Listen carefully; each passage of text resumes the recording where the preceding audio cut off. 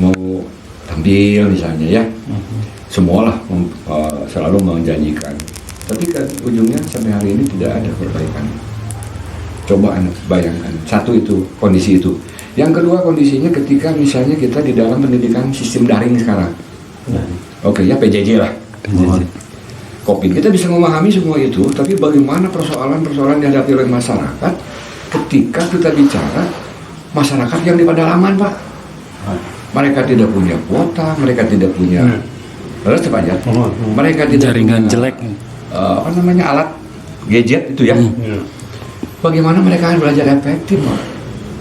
Nah itu yang jadi pemikiran kita, bagaimana Menteri Pendidikan sekarang itu harus membuat sebuah terobosan, bagaimana dia menciptakan atau membuat sebuah konsep bagaimana pendidikan jarak jauh. Kalau kita bicara tentang pendidikan melalui daring, tentu kalau bagi kota iya, di kota iya, di kampung tidak bisa. Bagaimana masyarakat kesulitannya. Dan kalau masyarakat itu orang tua jadi guru di rumah, mereka juga kewalahan. Dan terus terang kehadiran guru tidak bisa tergantikan. Karena pendidikan bukan hanya bicara tentang kognitif, tapi bicara afektif, bicara psikomotor. Menurut teknologi belumnya, teorinya kan seperti itu. Hanya pengetahuan saja nggak bisa. Harus ada guru di tengah-tengah. Dan itu dirindukan oleh orang tua murid itu sekarang itu. Hanya memang mungkin belum diizinkan ketika memang kita masih dihantui oleh COVID-19.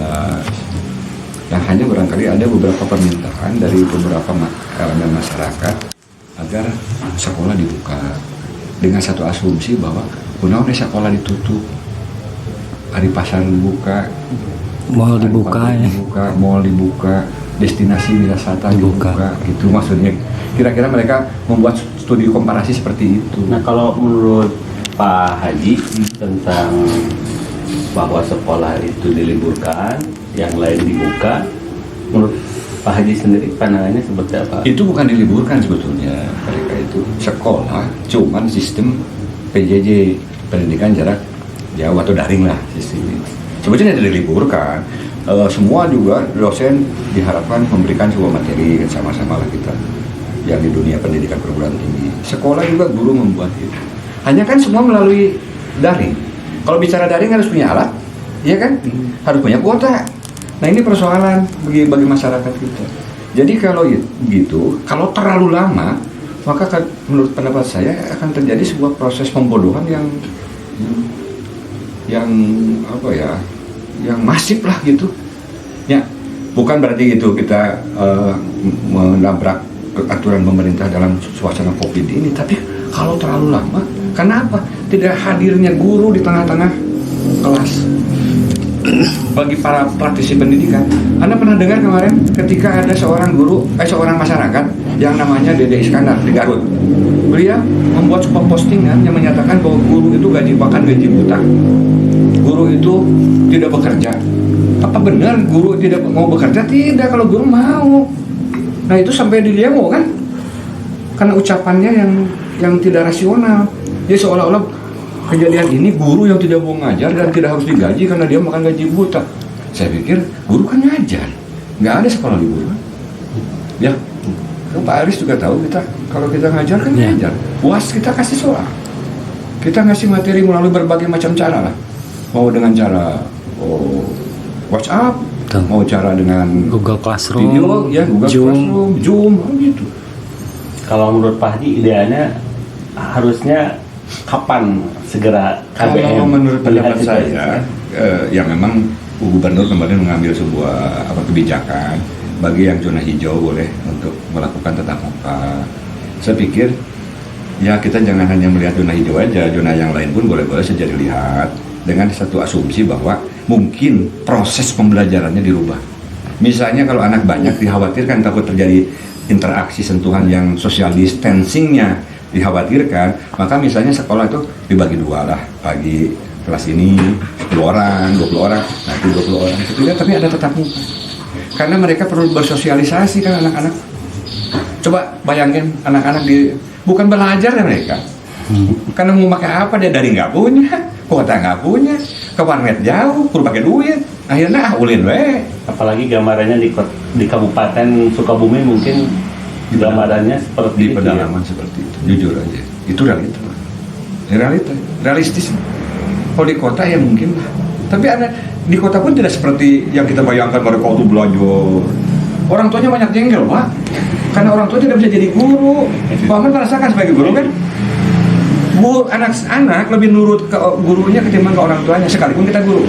Saya ngalamin, ya. Pak Ahmad punya anak, nurut kan guru nama Kak Pak Ahmad, sekalipun Pak Ahmad guru. Ya. apalagi anak SD. Iya, karena mereka merindukan figur, sosok. Ya. Kalau ini bicara itulah Imam Pan bebas dari Mohon. Kalau yang formal yang ilmiah mah nggak boleh, kayak berenang namun drama ya. Beralih ke yang lain Pak Haji, tentang bahwa di Sukabumi itu banyak sekali peninggalan bersejarah Iya. sebenarnya. Hmm. Hanya dari apa yang kita pernah telusuri, seperti kita di Gunung Arca, Iya. kemudian Yang itu. di Situ Cipiis. Situ Cipiis, Oh, Cipiis. kemudian kita rencananya juga sekarang langsung ke ke Batu Lilik, Batu Lawang.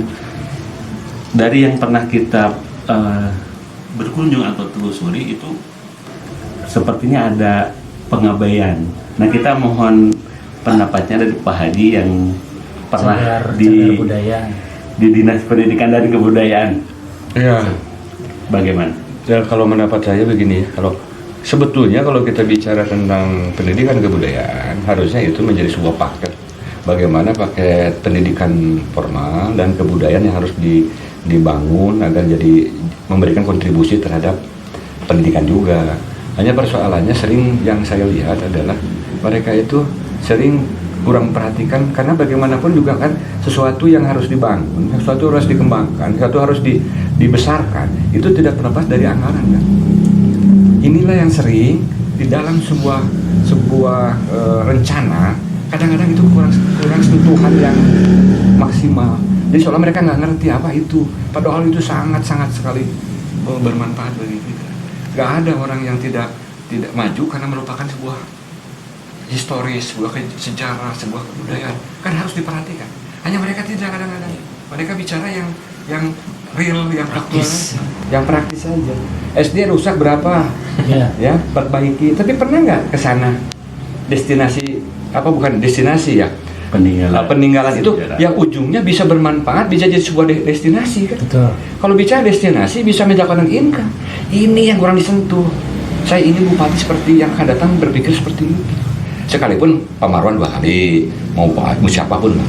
Tapi harus itu. Kenapa sih? Nah, ini kuncinya juga di Dewan, ya, karena dia adalah bagian tingkat fungsinya. Coba itu.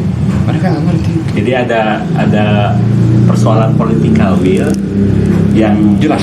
hanya mungkin political muncul karena tidak begitu memandang penting Betul. arti dari sebuah peninggalan Betul. sejarah. Betul. Mungkin seperti itu Pak Haji. Ya, saya melihat, saya berani mengatakan seperti itu, menganggap bahwa political will mah mungkin saja ada ya. Tapi ketika diterjemahkan pada sebuah program, mereka nggak terlalu penting. Atau karena mungkin banyak lagi yang lebih penting, atau memang itu adalah bagian yang paling tidak penting itu di situ. Ya karena Kalau nggak salah ya, konten dari laptop yang disebut quantum learning itu menurut Bobby The Potter kalau nggak salah ya. Kalau salah, mohon ampun aja. Itu ada kotak kanan, otak kiri. Ya, gitu ya pasti. Betul. Bagaimana otak kiri itu diisi dengan Logika. logika gitu, dengan kognitif pengetahuan lah. Rasional, Itu. Yang kanan diisi dengan yang tadi intuitif, intuitif. mengingatkan Pak Haji. Itu kan begitu. Nah, itu adanya dirasa apresiasi, impuls ya terhadap sesuatu yang tadi budayaan kan sesuatu yang hasil cipta karya manusia ya. Nah, saya setuju dengan itu. Kalau kita udah melupakan itu, maka sudah terkikis kita. Anak-anak sudah tidak lagi punya rasa yang tadi apresiatif ya, sensitif mereka ya. Sedangkan manusia itu kan harus punya rasa itu ya, rasa sensitif, rasa progresif, rasa positif artinya itu. Pertanyaan terakhir Pak Haji, di Kabupaten Sukabumi itu kan banyak berdiri perusahaan multinasional. Nah, ada pemikiran dari kita bagaimana CSR itu seumpama disisihkan untuk penggiatan proses pendidikan di Kabupaten Sukabumi. Kami dari Debakos belum pernah mendengar optimalisasi CSR perusahaan-perusahaan multinasional itu untuk dunia pendidikan di Kabupaten Sukabumi. Kalaupun ini salah, ya mungkin mohon dikoreksi oleh Pak. Bagaimana menurut Pak Haji? Saya pikir itu sudah menjadi sebuah ketentuan bahwa CSR itu kan harus ada di tiap perusahaan. Hanya mekanismenya apakah melalui langsung atau diserahkan kepada pemerintah daerah. Nah ini kita tidak tahu kan. Sampai hari ini masyarakat dalam hal ini tidak tahu. Artinya tidak tahu bagaimana mekanismenya maksud saya bagi masyarakat awam. Kalau itu melalui pemerintah daerah pun, saya pikir harus ada pengalokasian yang jelas. Dan sampai hari ini kan siapa sih yang tahu? Artinya yang kita diskusikan di Debakos bahwa CSR untuk perusahaan-perusahaan multinasional di Kabupaten Sukabumi kontribusinya buat dunia pendidikan memang betul belum maksimal atau belum ada atau seperti apa Pak? Kalau saya katakan tidak ada sih pasti kan kita bilang tadi pasti ada lah. Pasti ada. Hanya kemana mekanismenya, gitu kan? Dialokasikannya.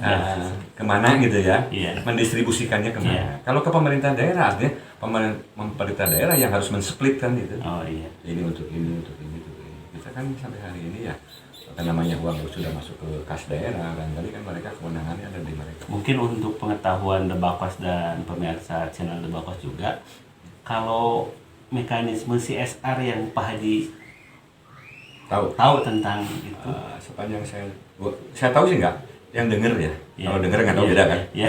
Yang saya dengar sih itu melalui pemerintah daerah. Dan itu pernah dimasalahkan juga oleh teman-teman kita dulu. Oh. Waktu oleh LSM Tuturi Handayani, waktu Curug, harus Siregar almarhum. Jadi mereka menanyakan artinya gimana sih CSR itu? Berapa kontribusinya? Iya kan? Iya. Bagaimana mengkompensasikannya ke bawah? Kan sampai hari ini kita. Jadi sampai hari ini seperti mungkin contoh kalau kita pergi ke sebuah perguruan tinggi negeri di Bandung, sebut saja Unpad, di situ kan ada mobil gratis, ada brand marks-nya kan gitu ya.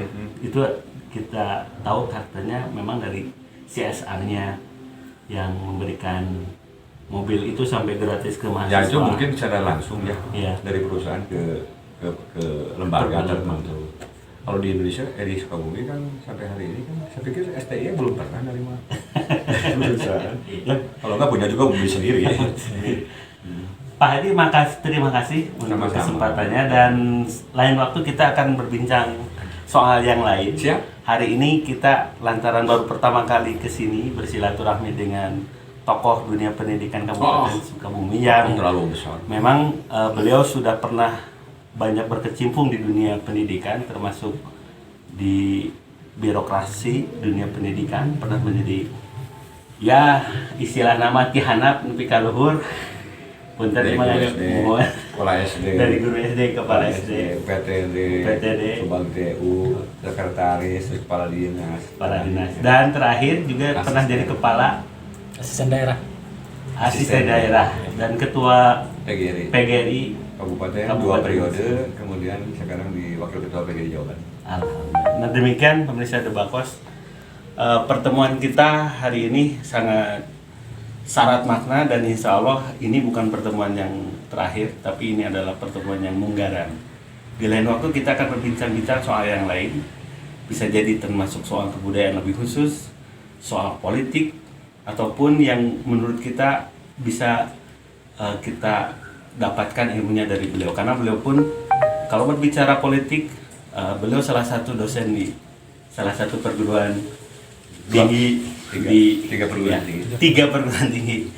Di antaranya adalah STISIP, STY dan STKIP. Jadi sosok beliau dengan representasi menjadi dosen di tiga perguruan tinggi itu Nanti kita akan berbicara politik, insya Allah nyambung. Karena beliau juga jadi dosen STSIP di dunia pendidikan, STKIP jelas. Dan nanti kita akan berbicara soal ekonomi, karena beliau pun mengajar menjadi dosen di STIP. Terima kasih, jangan lupa like, subscribe dari pemirsa channel Debakos 99. Assalamualaikum warahmatullahi wabarakatuh. Kade ulah hilap, channel Debakos 99, like and subscribe. Lagi apa? Saya siap.